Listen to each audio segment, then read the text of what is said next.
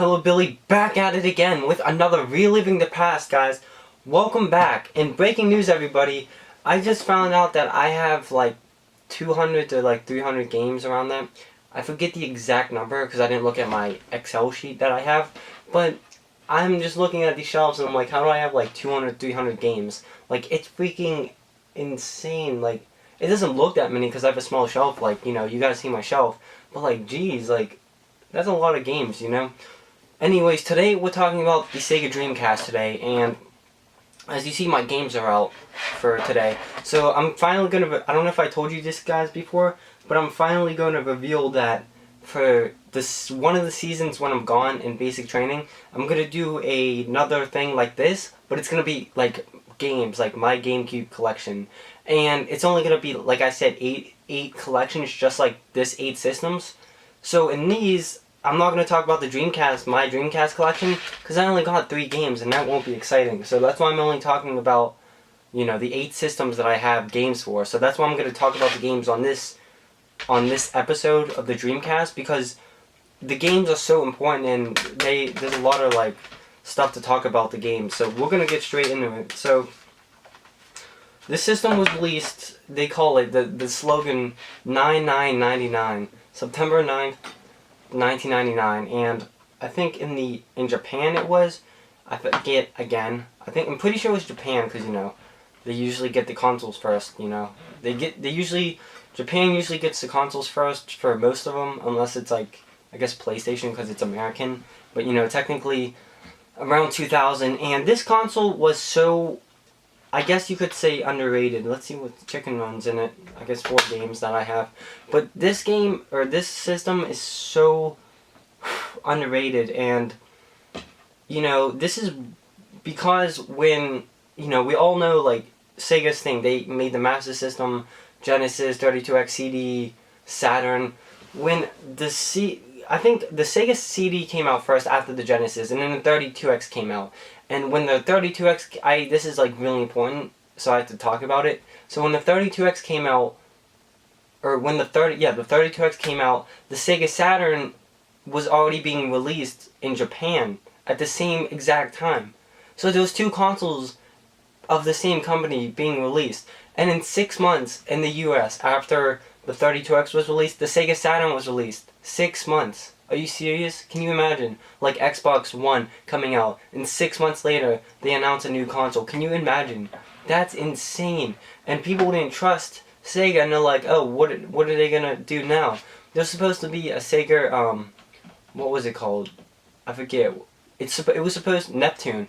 Sega Neptune, it was supposed to be a standalone 32X, but, like, that's insane. They just kept coming out with consoles and consoles and consoles, and by the end of the line, it went like it went CD, 32X, Sega Saturn, and then the canceled system right in between. Everyone's like, dude, Sega sucks. Like, I'm not gonna do this because they keep screwing everybody over. So now, later, in 1999, Sega's like, okay guys, here's this console, and this is like, they're running out of money, and they're like, oh fuck, we better do something. So they come out with this crazy killer console, and everybody's off. Everybody's like, no, I'm not buying it. And I asked even my cousin, he's like, I don't know how, he's like 30 something. He said that, like, he went to the stores and he heard of like Dreamcast and stuff, but nobody really like was paying attention to it. So it was a whole new system, but nobody was paying attention to Sega at the time. So that's why you don't really see the consoles anywhere. I've never seen Dreamcast games at like flea markets ever. They are so like rare. Even at like game stores, I guess they have a couple, but in the wild they're so rare. Like, I found Crazy Taxi at the thrift store and I was mind blown. Like, this was like 3 years ago. I was mind blown. I was like, how do you find a Sega Dreamcast game? And 3 years ago I didn't have a Dreamcast, so I bought this, and I had this 3 years ago, and then I just got the console recently, kind of.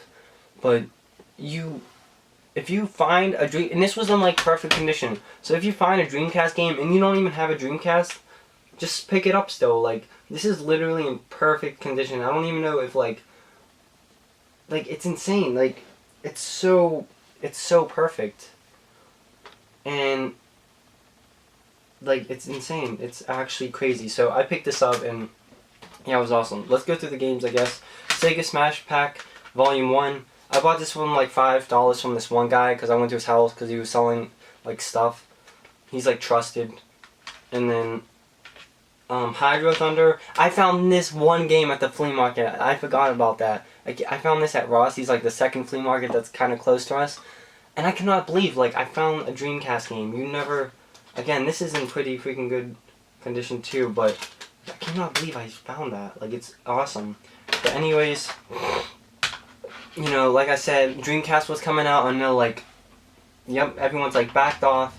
It's no good, but apparently after everything, after its lifespan, Sega like technically went out of business in the console market, and they pulled out, and they're like, oh, I guess we're done now. So the Dreamcast was super underrated, was such a super underrated console. I guess you could say it was the best system by Sega, maybe except the Genesis, but it was better than the, I would say, Saturn 32X and CD, because it was an actual system. It was good, it had games, and it had, on the back, or actually on the front, it says compatible with Windows CE or whatever that was. So like the operating system is like Microsoft, and that's really weird to see. And on the back here, mine's kind of yellow because I kind of got it. I got it from this guy from like for like $25 without like the AV cable or power cable or something like that. So I had to buy that. And then on the back here, you know, you get your normal power, and actually over here you get an internet switch thing, an internet and a modem thing. So I guess technically, I guess I can pull it out, but I guess, yep, there we go. I just pulled it out. I don't think I ever pulled this out before. But technically, I guess you could play online games, but like, you know, at the time, everyone was like, oh, screw this. And they just, Sega just died, and it was disappointing at the time.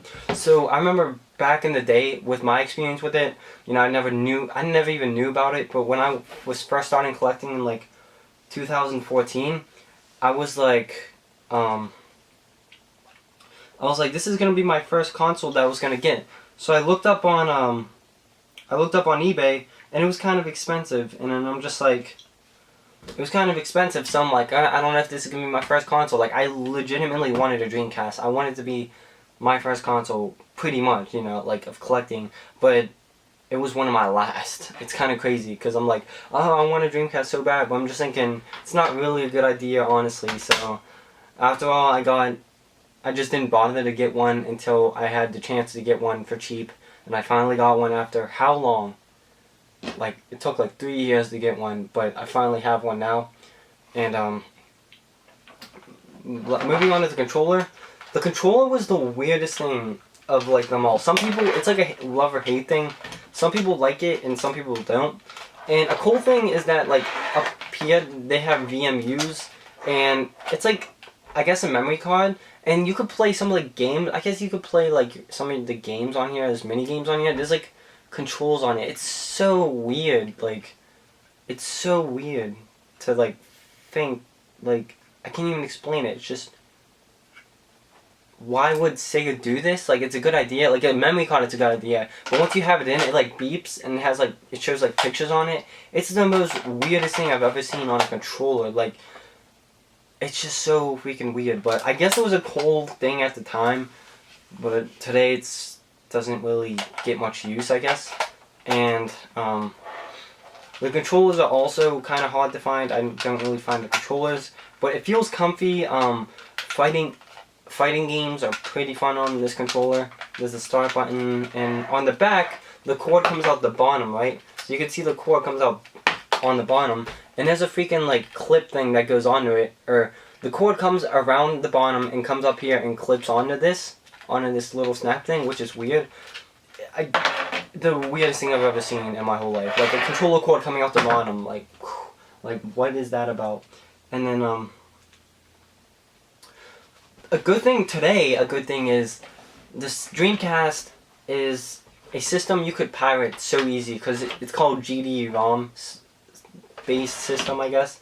So like the CD, it's a GD-ROM, so you could pirate games so easy, like literally so easy. So people do it all the time, and that's how people play the games on the system, which I'm surprised, because if you can just pirate them, maybe people are like, oh, I'd rather pirate than pay like how much money for every single game. So yeah, I don't know why you can't find Dreamcast games, but you can obviously download every single one online.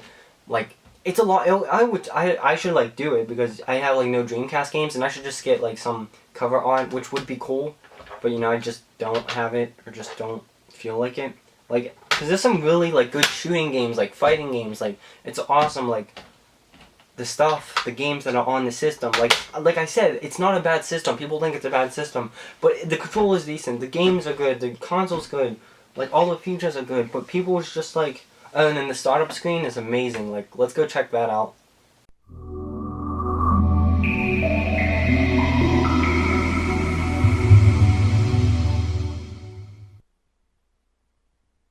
Like, it's just crazy. Like, it's kind of sad, honestly, that the Dreamcast kind of failed, but it is what it is. Like I said, I never ever came by one of selling wise. Like, if I would buy one, oh, I did come buy one at the thrift store for like 20 to 25, but I don't think it had all the cords, so I didn't buy it, which I'm surprised. I seen a Dreamcast at the thrift store. It might have not worked, but that's besides the point. You never really see Dreamcast. But if you would like to get this system, I would say go for it, because you can pirate, and obviously pirating discs are free, and you just need the system. If you can get it for $30 or less with a controller, maybe a VMU, cords, and it would be a lot of fun if you have friends. It would be a lot of fun if you have a party, a lot of friends over all the time. It would be an amazing system with like friends and stuff. You could just get free games in the console. Like, it would be amazing. Good controller. It's not like super outdated. It's still relevant. So guys, hopefully you get one of these systems, because I suggest it, and hopefully you enjoyed this week's Life of Game Hunting. I'm just so... Ooh, I'm about to play my Dreamcast now. I haven't played it in a while. So guys, that's it. Buildin' out. So, you like that video you just saw? Huh? Maybe, you gonna share it with your friends? Huh? Maybe, leave a like and a comment below? Maybe you hit that subscribe button for us, yeah? Alright, good. So now get out of here.